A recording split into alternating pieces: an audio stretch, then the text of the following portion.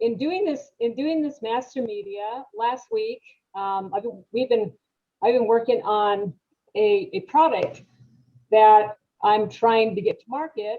And because I've done this media mastery, Forbes Riley has informed me that the product does have some flaws, and it's there's a problem with the product.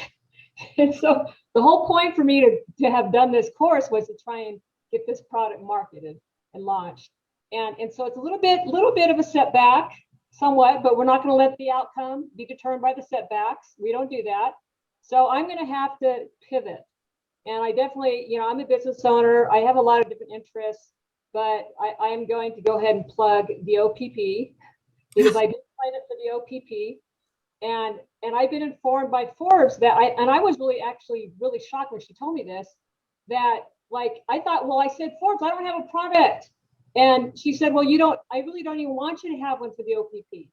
If anything, it's sort of like that kind of makes it a little harder for you. And so I had signed up for the OPP, and I was, I knew I wasn't going to get out of it easy. I know Forbes. We know Forbes. I know I wasn't going to say, hey, I don't think I should do this course. And it wasn't like she could say, okay, we know who she is.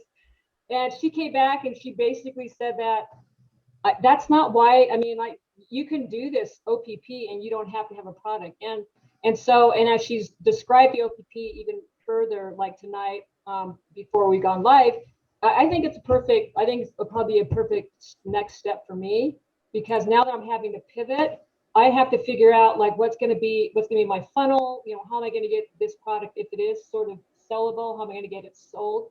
And I think I'm just going to find out a lot of things about my personal brand that I'm going to discover with the OPP with 6. And if the 3 weeks I've gone through is anything close to what the OPP is going to be like, I've absolutely, beyond a shadow of the doubt, I completely have full confidence in what she's talking about. So there's my plug.